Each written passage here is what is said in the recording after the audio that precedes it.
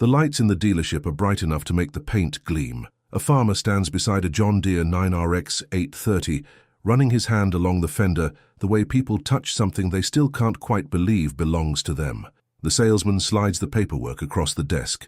This is the moment everyone imagines when they think about buying a tractor of this size.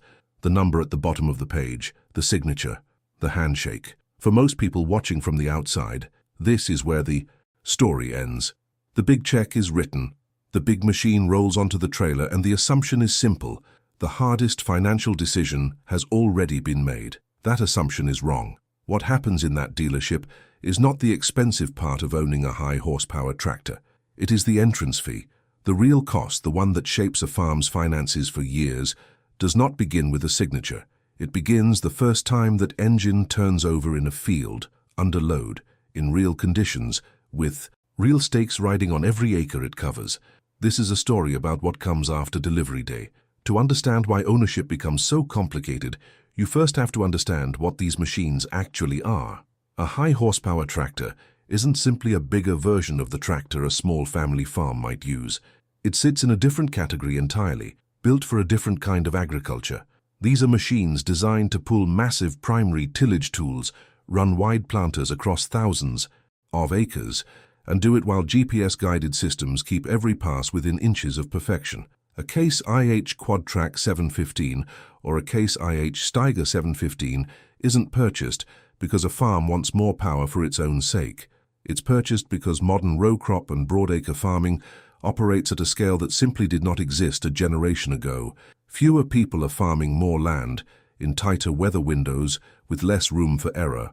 That shift, more farmland, managed by fewer hands, working against shrinking, planting and harvest windows, is the entire reason these machines exist. A farm that once ran 3 mid-sized tractors across a season might now run one flagship machine covering the same ground, or more, because labor is harder to find, and every day of good weather has to be used to its absolute limit.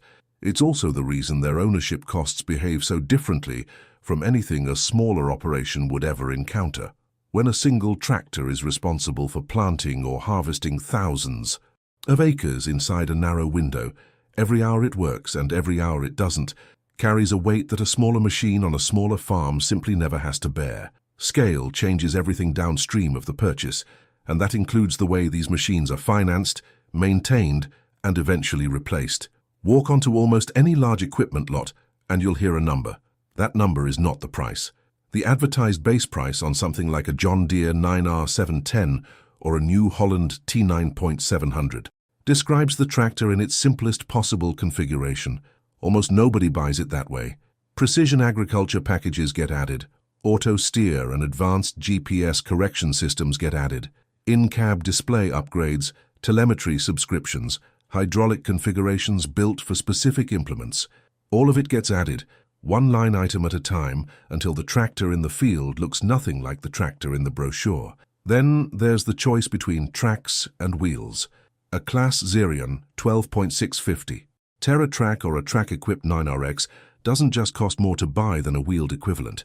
It changes flotation, compaction, and field performance in ways that ripple into every other cost down the line. Dealers add their own installed options on top. Financing terms reshape the real number again, sometimes stretching it, sometimes compressing it, depending on interest rates and the structure of the loan.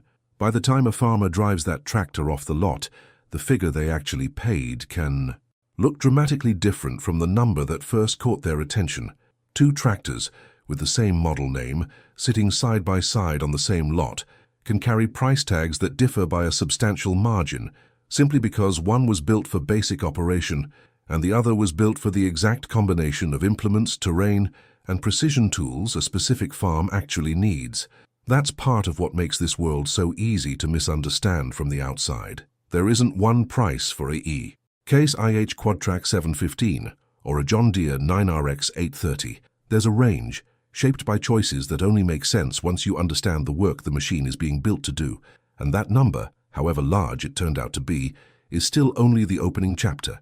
Start the engine and the next layer of cost begins immediately. Fuel is the most visible ongoing expense, the one every farmer watches, and the one that changes the most depending on the work being done. A versatile 620 pulling a heavy tillage. Tool through dense soil burns fuel at a completely different rate than the same tractor moving lighter loads or covering transport miles between fields. Draft work, the kind that puts real resistance against the drawbar, asks far more of an engine than road travel or light cultivation ever will. A single tractor can post wildly different fuel numbers from one week to the next, simply because the job changed. It would be easy to assume fuel is the dominant cost of ownership, since it's the expense farmers see most often, filling the tank week after week. But across the life of a high-horsepower machine, fuel tends to be significant without being the largest line on the ledger. It's the first cost that becomes visible. It is rarely the one that ends up mattering most. Underneath the fuel gauge is a far more demanding system of upkeep, one that most people outside agriculture never think about. These tractors run on tight maintenance schedules because they're asked to perform at the edge of their capability for hundreds of hours a season. Fluids and filters need to be changed on strict intervals. Tires on a wheeled machine or the undercarriage components on a tracked one, wear according to soil type, field conditions, and hours logged. Hydraulic systems, which control everything from steering to implement function, need regular inspection because a failure there doesn't just stop the tractor. It can stop an entire operation mid-pass. Modern emissions systems add another layer entirely. DEF systems require their own fluid, their own monitoring, their own troubleshooting when sensors throw a code in the middle of a field. And the electronics, the same precision systems that make these machines so capable, come with their own diagnostic requirements and their own repair costs when something goes wrong. None of this is optional. Skipping preventive maintenance on a machine this size isn't a way to save money. It's a way to gamble a 6- or 7-figure asset against a repair bill that could have been avoided. Farmers who run these tractors for years understand that maintenance isn't an expense working against the investment. It's the thing protecting it. But even flawless maintenance can't eliminate the single cost that experienced operators fear more than any other: downtime. Picture a narrow planting window opening after weeks of rain, or a harvest racing against an incoming frost. In moments like these, an hour of lost field time isn't measured in dollars spent. It's measured in yield that may never be recovered. A tractor sitting idle in a shop isn't just a repair bill. It's acres that don't get planted on time, or crops that sit exposed to weather they should have already escaped. This is where dealer support quietly becomes part of the machine itself. How fast can a technician reach the field? How close is the nearest parts warehouse? Does the dealer network for that brand, whether it's Case IH, John Deere, Fendt, or another manufacturer, have the depth to get a part overnight instead of next week? Some operations even factor the availability of a rental or backup unit into their planning, because losing a Steiger or a 9RX during peak season without a replacement option can cost far more than the repair that took it offline. There's also a psychological weight to downtime that doesn't show up in any spreadsheet. A farmer standing beside a stalled Quadtrac during a 3-day weather window isn't just losing time. They're watching a season's worth of planning collapse in real time, with no way to speed up a part shipment or force a technician to arrive any faster than the road allows. That helplessness is part of why so many buying decisions ultimately come down to trust in a dealer network as much as trust in the machine itself. Downtime doesn't show up on a purchase invoice. It shows up in missed windows, in fields planted late, in yield that quietly disappears. For many farmers, it becomes the single most expensive risk tied to owning a high-horsepower machine, more feared than any repair bill, because a repair bill has a number attached to it, and a missed window often doesn't. Even after fuel, maintenance, and the constant pressure of staying operational, one more financial reality is working in the background from the day that tractor first rolls into the field: depreciation. Every hour logged, every season completed, chips away at resale value, but not evenly and not predictably. Brand. Reputation plays a major role. Tractors from manufacturers with strong dealer networks and long track records, John Deere and Case IH among them, tend to hold value more reliably in the American market, simply because buyers trust that parts and service will still be available years down the road. A well-documented maintenance history can preserve thousands of dollars in resale value, while a machine with unknown service records or excessive hours can lose buyers before a single question is even asked. Market demand shifts too, season to season, region to region, depending on commodity prices and what other farmers are willing to spend. A tractor that seemed like an excellent investment when purchased can be affected by conditions that had nothing to do with the machine itself. Operating hours tell part of the story too, but not the whole thing.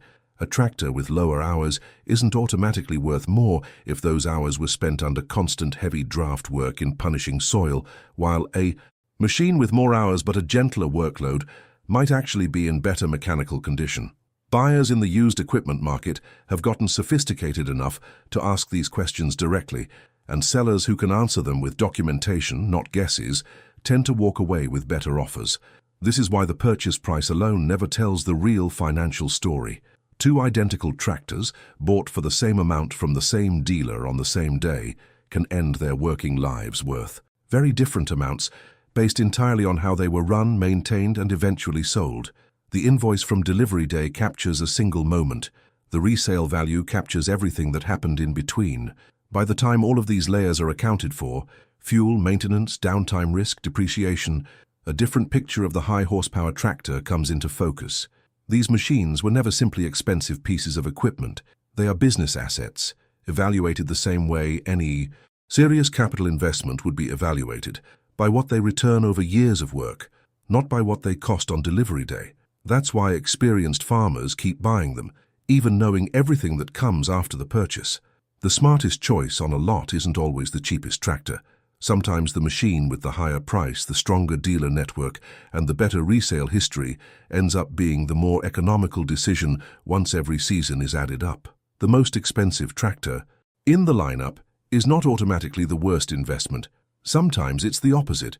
Ownership, real ownership, isn't measured in the moment a signature hits the paperwork. It's measured across thousands of hours, dozens of maintenance intervals, a handful of tight harvest windows, and the eventual sale that closes the chapter. That's the part no one photographs in the dealership showroom. Buying the tractor was never the real investment. It was only the beginning.